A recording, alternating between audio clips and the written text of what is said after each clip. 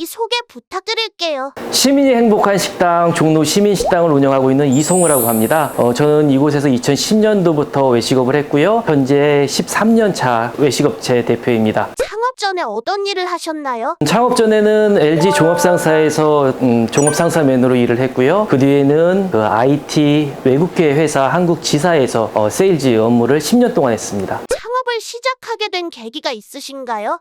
저는 직장 생활을 하면서도 항상 제 사업을 하고 싶어 했고요. 그렇게 해서 내가 할 수 있는 것이 무엇일까, 그리고 내가 잘할 수 있는 것이 무엇일까 라는 점을 생각했을 때 저는 식당을 하고 싶었어요. 그래서 저는 식당을 하면 잘할 거라고 생각이 들었고 하고 싶었고, 그렇기 때문에 직장 생활을 하면서 틈틈이 외식업 창업을 준비를 했습니다. 이곳 소개 좀 해주세요. 저희 종로 시민식당은 2014년도 오픈 이래 지금까지 고객 만족을 가장 최우선의 가치로 여기면서 영업을 하고 있습니다. 점심 식사 메뉴는 김치찌개와 제육쌈밥 정식이 고객님께 사랑을 많이 받고 있고요. 저녁에는 시민 만족 3종 세트를 비롯한 고기 메뉴가 고객님들께 모임이나 회식, 그리고 친구들 간의 가벼운 술자리를 하는 장소로 자리를 잡고 있습니다. 창업 준비한 기간이 얼마나 걸리셨어요? 저는 직장 생활을 하면서도 틈틈이 계속해서 창업을 생각하고 있었지만 본격적인 창업 준비라고 하면 한 3년 정도를 생각할 수 있고요. 직장 생활을 하면서도 틈틈이 음식에 대해서도 공부를 하고, 특히 요리에 대해서도 공부하고, 그리고 그 주변에 있는 많은 외식업체를 직접 탐방하면서 그곳에 있는 장점과 단점, 그리고 개선해야 될 점, 이런 점들을 스스로 공부하면서 제 사업을 준비를 했습니다.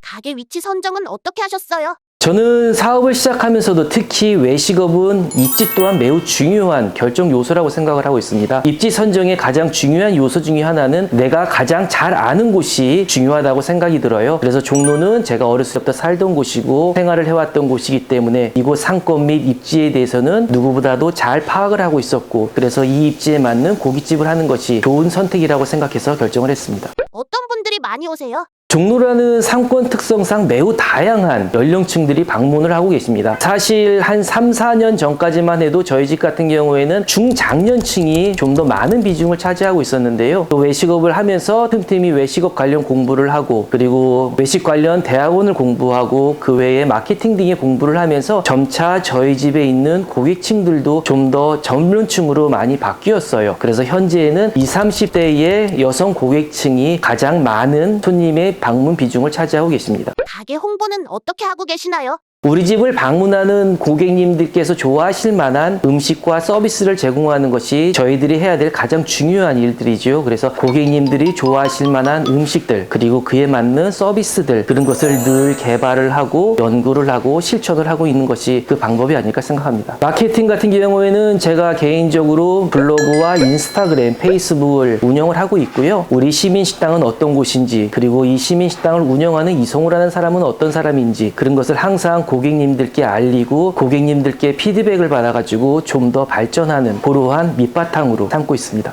마케팅 팁이 있을까요? 음식점을 운영하면서도 요즘 마케팅이 참 중요하다고 이야기합니다. 하지만 그 마케팅이라는 것이 그 피드백이 그렇게 아주 짧은 시간 내에 오는 것은 아닌 것 같아요. 좀 더 긴 목표를 가지고 계속해서 지속적으로 고객과 소통을 할 때에 그 효과는 발휘를 하는 거라고 생각이 들어요. 초기 창업 비용은 얼마나 드셨나요? 초기 창업 비용은 2014년도니까 꽤 시간이 지났죠. 그래서 그때 보면 한 5억 정도, 그 정도 비용을 필요했던 것 같아요. 아무것도 없는 상태에서 시민식당을 만들려고 그러면은 처음에 뭐 입지적인 그런 비용도 필요하겠지만은 또 인테리어 비용 하면은 그때보다는 좀 더 많은 비용이 필요할 거로 생각이 듭니다. 매출과 순이익을 알려주실 수 있으신가요? 저희 집 매출 적지 않아요.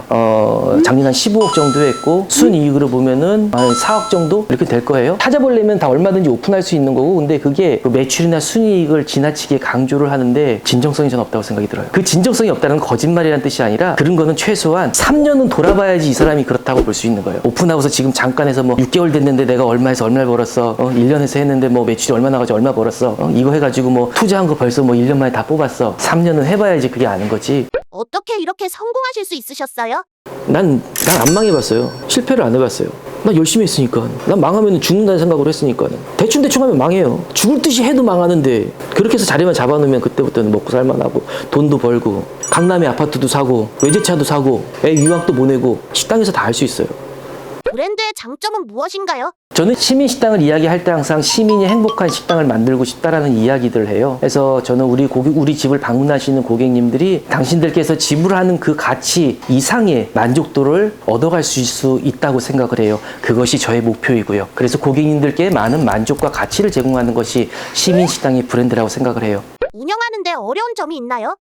예전보다는 사업을 운영하는 데서 전반적인 어려운 점들이 좀 더 많아졌어요. 근데 그래도 가장 대표적인 것이라고 그러면 현재로서는 인력난이라고 볼 수 있을 거예요. 지금은 외식업뿐만 아니라 관련된 우리나라의 모든 산업들에서 많이 지금 인력난들을 경험을 하고 있는데 특히 외식업 같은 경우에는 인력난이 매우 심각할 정도로 부족한 그런 상황입니다. 얼마 전에 식당을 하고 싶다는 제 친구하고 이야기를 했어요. 이제 같은 나이고 회사에서 퇴직을 하려고 준비를 하고 있어요. 내년에 퇴직을 해야 된다는데 지금 이제 식당을 하면 어떨까라고 생각을 하고 있어요. 하지만 그 친구는 지금 머릿속에는 이미 식당을 다 만들어 놨어요. 목 좋은 곳에 가서 자리를 잡고 실력 있는 주방장을 채용을 하고 20, 30대의 젊고 서비스 좋은 직원들을 뽑아서 서빙을 하면은 식당이 잘 될 수밖에 없지 않냐라고 생각을 하고 있어요. 저는 그래서 그렇게 얘기했어요. 불가능한 너의 머릿속에서만 있는 그런 상상 속의 일이라고. 돈이 있다고 해서 자본력이 있다고 해서 그런 좋은 분들을 그렇게 쉽게 채용할 수 있을 뿐만 아니라 그런 상상을 가지고서 식당을 준비한다는 그 자체가 문제라고 저는 이야기해 줬어요. 시민식당 창업을 추천하시나요? 시민식당이 아니라 고깃집을 혹시라도 지금 창업을 희망을 하고 계시는 분들이 계시다면, 목표를 하고 계시는 분들이 있다 그러면은 저는 사석에서 친한 친구, 친한 사람이 지인이라면 이렇게 이야기를 합니다. 하지 말라고. 형님은 그렇게 돈 잘 벌면서 왜 하지 말아요? 라고 물어보면은 저는 이렇게 이야기합니다. 너무 힘들어. 너무 할 일이 많아. 너무 내 시간이 없어. 그런데 꼭 하고 싶으면은 지금보다 더 절실하게 준비를 많이 해서 그러고 해야 돼. 그냥 지금 식당이나 해볼까? 이런 마음으로는 절대 창업을 하지 마라. 이렇게 이야기를 해줍니다. 현실적으로 제 주변에 있는 분들한테 한번 이야기를 하는 경우들이 있죠. 제 주변이라고 하면은 지금 이제 50대에 들었으면서 뭐 대기업이든 직장 생활이든 이런 것을 이제 퇴직을 하고 그 이후에 어떤 삶을 준비하는 그런 분들이 많아요. 젊은 20, 30대 층들에서도 지금 창업을 하려는 친구들이 많이 있지만은 현실적으로는 40, 50대에서 회사를 마치고서 새로운 제2의 인생을 자영업자로 준비하시는 분들이 많이 있어요. 그분들한테 좀 이야기해주고 싶은 그런 것들이 있죠. 창업을 추천하지 않는 이유가 있을까요? 제가 창업을 하지 말라고 하는 이유 두 가지가 있습니다. 첫 번째는 많은 사람들이 창업을 한 이후에 많은 손실을 입으면서 실패를 하는 그런 경험들을 많이 봐왔기 때문이고요. 두 번째는 새로 창업을 하시는 분들 중에서는 너무나도 준비도 잘하고 너무나도 계획도 잘 세우고 너무나도 열심히 실천을 하면서 그런 분들이 계세요. 그분들은 저희의 경쟁자가 될 거예요. 무서운 경쟁자들이 되겠죠. 그렇기 때문에 저는 다른 사람들이 창업을 하는 것을 권하지 않습니다. 창업을 준비하는 사람들이 준비하면 좋은 팁이 있다면 알려주세요. 제가 53인가 그렇거든요. 실질적으로 내 친구들이 이제 다 회사 다니다가 때려치고서 이제 뭐 할까 고민이야. 그러니까 타이틀도 어떻게 보면은 이제 회사 때려치고서 식당 할까 어떻게 보면은 진짜로 걔네들 맨날 검색하고 있어요. 맨날 해가지고 창업박람회 같은 거 이런 거 다니고 있고 그 사람들이 왜 식당을 하려고 하는지 아세요? 식당 가면 맨날 장사들이 잘 돼. 왜냐면은 점심시간 저녁 시간에만 가봤거든. 그리고 자기 회식할 때만 가봤거든. 그러니까는 식당들이 다 장사가 잘 되는 줄 아는데 실질적으로는 장사 안 되는 분들 굉장히 많고 오피스 상권에서 아무리 점심때 장사가 잘 돼도 저녁에 퇴근하고 손님이 없는 집이라고 하면은 그 집은 결국 수익성이 좋지 않아요. 주말에만 오피스 상권에서 대표적으로 이제는 5일 상권도 아니에요. 4일 상권이에요. 월, 수, 목, 금요일 되면은 이미 오피스 상권에서는 사람들이 저녁에 모임들 안 하고 회식들 안 해요. 일주일에 4일만 장사를 잘하면 그때는 좋은 것 같은데 한 달을 전체로 1년을 전체로 봤을 때는 수익성이 그렇게 좋지를 않아요. 그냥 직장인들은 그것만 보고서 식당 하면 돈 버는 줄 알고 그러고 한단 말이에요. 너무나 쉽게 해요. 진짜로. 쉽게 하면 망해요. 대부분의 제 친구들 같은 경우에는 외식업을 지금 창업을 준비를 하면서 그 시드머니가 무엇이냐? 퇴직금이란 말이에요. 퇴직금은 그 친구들의 제2의 삶을 시작하는 밑거름일 거라고요.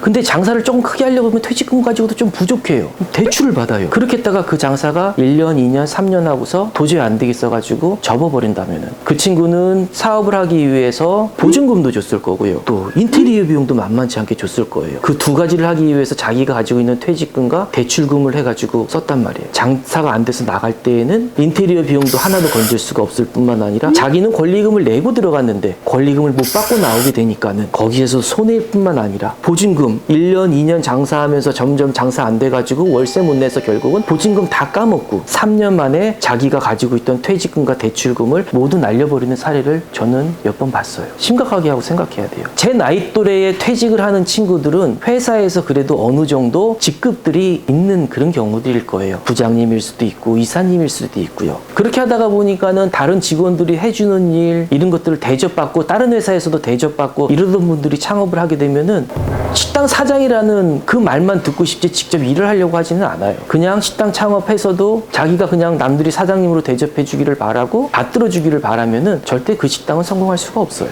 저는 최소 퇴직하기 한 3년 정도 전부터는 내가 무엇을 해야 할 것인가 준비를 해야 된다고 생각을 해요. 그리고 내가 잘할 수 있는 거, 내가 재미있어 하는 거, 내가 관심이 있는 이쪽으로 창업을 하는 게 좋다고 생각이 들어요. 회사 퇴직하고 식당 하는 거 좋아요. 저는 지금 우리나라 대기업에 제 또래에 있는 이사들이 전혀 부럽지 않아요. 저는 그 친구들 더 수입이 많아요. 그 친구들은 앞으로 3년에서 5년 있으면 회사를 그만둘 거지만은 저는 앞으로 10년 후에도 지금 이 수익이 계속 유지가 될 거예요. 그렇기 때문에 저는 그 친구들이 하나도 부럽지 않아요. 근데 창업을 한다면 그 친구들이 창업을 한다고 그러면은 그동안 가지고 있던 모든 편안함과 기득권 이런 것들 모두 버려야 되고서 처음부터 다시 시작한다는 마음으로 해야 돼요. 그리고 또 하나 가장 꼭 하고 싶은 것, 내가 식당을 차려서 식당이 망하면 나만 망하는 게 아니라 내 가족들 모두가 힘들어진다라는 절박한 마음이 있어야 돼요. 마지막으로 하나, 사람들은 가끔 그렇게 저한테 물어봐요. 식당 생활이 어려워요? 회사 생활이 어려워요? 식당을 하는 사람들은 회사 다니는 사람들이 편하다고 생각이 들어요. 회사를 다니는 사람들은 식당 하는 게 돈도 많이 벌고 편하다고 생각이 들어요. 근데 저는 두 개를 다 해본 사람으로서는 둘 다 어려워요. 그리고 또 하나 분명한 거는 회사 생활을 열심히 잘했던 사람이 나와서 식당을 해도 잘해요. 분명한 사실이에요.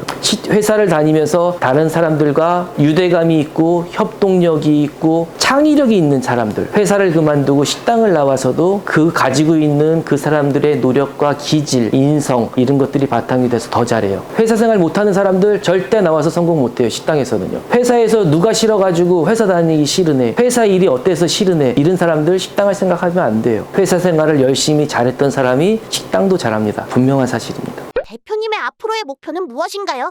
예전에는 식당을 많이 하는 게 목표였어요. 식당을 한 10개쯤 할 목표였고 그거를 이루고 있던 과정이었어요. 근데 코로나를 겪으면서 생각이 바뀌었어요. 그래서 지금은 여러 개의 회사, 여러 개의 매장을 운영하는 것보다는 튼튼하고 알찬 한두 개의 매장을 운영하는 게 저의 목표입니다. 그렇게 하고 지금은 한참 일을 많이 해야 될 때고 조금 지금 식당에서 열심히 모든 것을 투여하는 나의 노력을 조금은 내려놓고 가족들과 좀 더 많은 시간을 보내고 싶은 게 저의 목표입니다. 마지막으로 시청자분들께 한 말씀 해주세요.